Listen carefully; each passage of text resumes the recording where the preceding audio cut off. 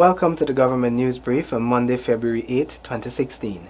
In the news, rainwater conservation project for the Rupununi, Kaichor National Park and Botanical Gardens to undergo rehab works, and residents of Rupununi and Ituni highlight concerns to government ministers. With these and other stories, I am Azim Khan. Stay tuned. Thank you for staying with us. This is the Government News Brief. As part of its efforts to tackle future droughts in the hinterland, a rainwater conservation project is being initiated in the Rupununi by the Agriculture Ministry. Here's that story. The rainwater project will be rolled out especially in the North Rupununi District, Region 9. The National Drainage and Irrigation Authority is preparing to go into the area to ascertain where the rainwater can be harvested and stored. Problems we have in the Rupununi is that you would have like 5 months of rainfall, and that will be followed by 7 months with hardly any rain, which is different from the coastline. The issue is how can you harvest that rainwater so that when the dry spell starts, you can have water at that period and throughout the dry season. So the Ministry of Agriculture, through the NDIA, has been looking at that, and there's money in the budget for this year, or money has been proposed in the budget for this year to start doing that. This project has already been done by the JP Ranch at Manari in the Central Rupununi District. The intention is to study that project with a view of replicating it for the benefit of the indigenous villages and communities in Region 9. There's one farmer or company that has started that in the North Rupununi at a place they call JR Ranch, and we want to go in and do the same. We want to replicate what is there, and as a matter of fact, improve on it. At a wide scale. Yes.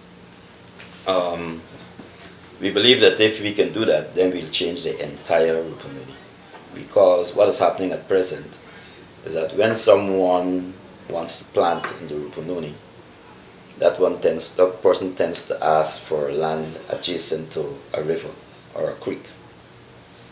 But with what we are proposing, we believe you'll be able to plant crops any part of the Rupununi and still have water. Of course, we're not going to just go there and carry it across just like that.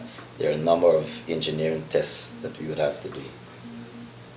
But that's where we're going at present. Over the last 16 weeks, severe dry weather conditions have been affecting indigenous villages and communities in Guyana's southern region. Lakes and ponds that have never been dried are now swamps since there has been little or no rainfall in the Rupununi. The Ministries of Agriculture, Indigenous Peoples Affairs and Health, along with the Civil Defense Commission and other stakeholders, have implemented a number of measures and are continuing to monitor the situation to bring relief to the residents in the hinterland. Residents of Rupununi and Ituni highlighted their concerns to Ministers of Public Infrastructure and Natural Resources when a team visited the riverine community on Sunday. Here is that report. The state of the roads was one of the issues highlighted. Minister of Public Infrastructure David Patterson says that money has been budgeted to rehabilitate the entire Ituni Road, and that is just the start, as there are bigger plans for the area and Region 10. We are looking at, I have a loan for 63 million, is it 63 million? 63 million US dollars from the IDB. And we have made representation to the IDB in the process of then sure if we take 10 million US dollars, that would be probably 5 billion Guyana dollars to do a permanent all-weather road.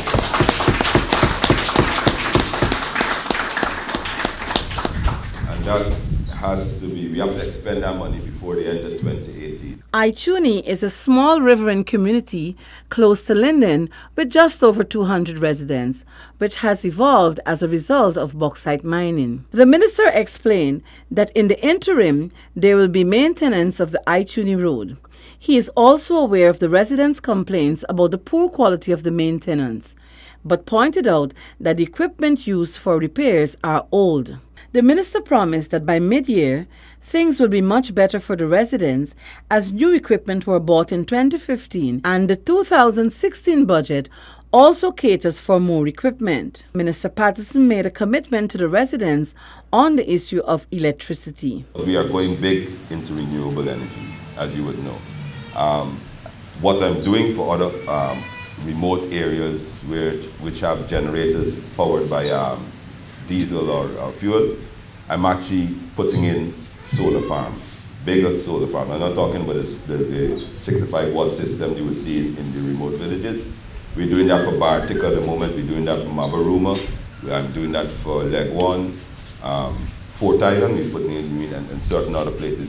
So I will commit to set up a team to do an assessment in this area, because we do have some funding right now for which can allow you to have some solar system, which would allow you to extend the power, of course, and make it cheaply available. The team also visited the nearby community of Kokwani and addressed the complaints of the residents in that riverine mining community. With this government news brief, I'm Namila Baines, Henry Rowe. In an effort to bring relief to farmers in the various affected drought areas, the National Drainage and Irrigation Authority continues to make interventions. Here are the details. As drought conditions prevail due to El Niño weather pattern, the National Drainage and Irrigation Authority has started a series of interventions to bring relief to farmers. Al Dawo, there are 4 120 cubic pumps, and they're capable of delivering about 250 million gallons of water per day. That water essentially comes from the Pomeroon River.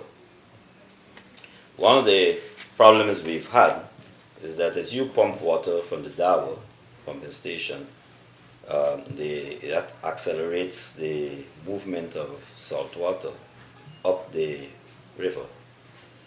At present, the salinity level is high up to about Charity, or somewhere between Charity and Kosher.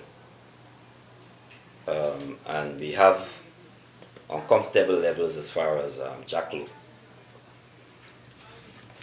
We've also used another pump at a part they call cross drain, where we're helping to supply farmers with some water. In Region 3, farmlands are supplied with water from the Borisiri Conservancy. The water level in this conservancy is low. The dead storage level is a level below which, if you wish to get water out of the conservancy, generally you have to pump. So we just have about 2 feet of water, through that conservancy that we still able to use. We are supplementing the water from the Borisiri with 2 pumps at Waramia. Waramia is where you have the junction of the Conservancy and the Bonasika River. And those 2 pumps have a capacity of 120 cubics. So that is keeping the water in the Conservancy replenished. The NDIA has also increased its monitoring and security in critical areas to prevent water wastage. With this government news brief, I am Shanti Goberdan reporting. Special emphasis will be placed on developing the Kaichor National Park and the Botanical Gardens in Georgetown, as Guyana prepares to host its 50th Independence Anniversary in May. Here are the details. In a recent interview with Gina, Minister of Natural Resources Raphael Trotman explained that better systems are being put in place to ensure greater visitors' safety. We are going to be putting up some protective rails to act as a deterrent from persons who have other thoughts in mind. We've already introduced a set of protocols, for example, no alcohol, ensuring that there are 2 guides on the ground at any one time, one in the front and one at the rear of every group. And so as we prepare for the 50th anniversary, we know that thousands of people are coming home, Guyanese and others.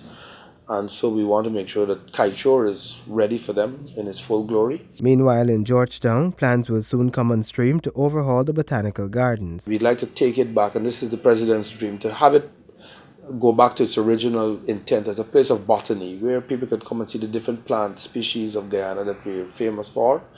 And I think it is, right now, it became more of a recreational place, and it was not enough was being done on the botanical side of things. So we're going to change that a bit. The minister also disclosed that rehabilitation works are expected to commence shortly on the Place of Heroes and the Zoological Park in the Botanical Gardens when the 2016 national budget is passed in the National Assembly. El Nino is severely affecting the livelihood of Region 9 residents.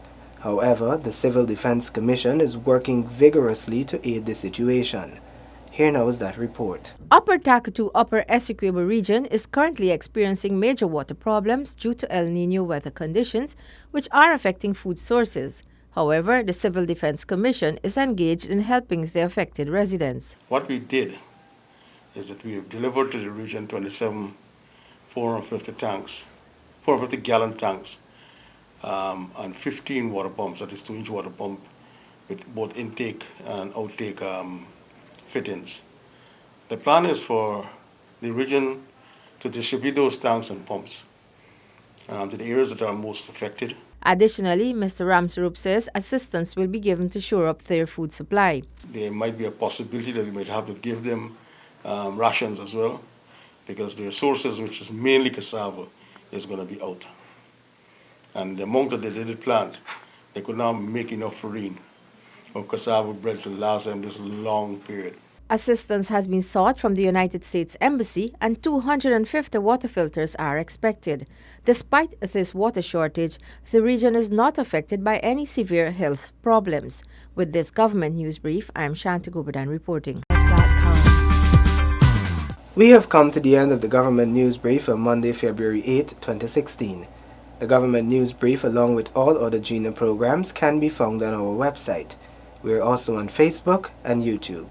On behalf of all of us here at GINA, thank you for watching.